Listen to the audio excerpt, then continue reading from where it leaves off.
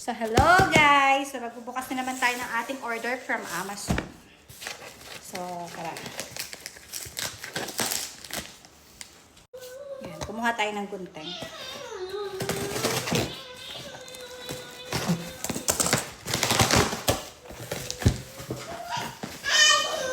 So, ipitahin natin ang ating in-order. Ayan. So, umorder tayo ng para kay Ethan. Outfit niya sa Valentine. Here. Nandito siya. Tapos, umorder din ako ng aking pang-gym. Tapos, ito, protection para pag sa thermal ba, para kapag nag-straightening or nag-curly tayo ng hair, yan. Pang-protection para hindi ma-damage yung ating hair. And, syempre, ito. Ano to? Jewelry box na pang-travel. And then, umorder din ako nito. Ayan.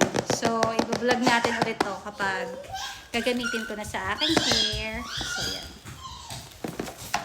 And of course, And last but not the least, bumili ako ng ang aking bagong Holy Bible.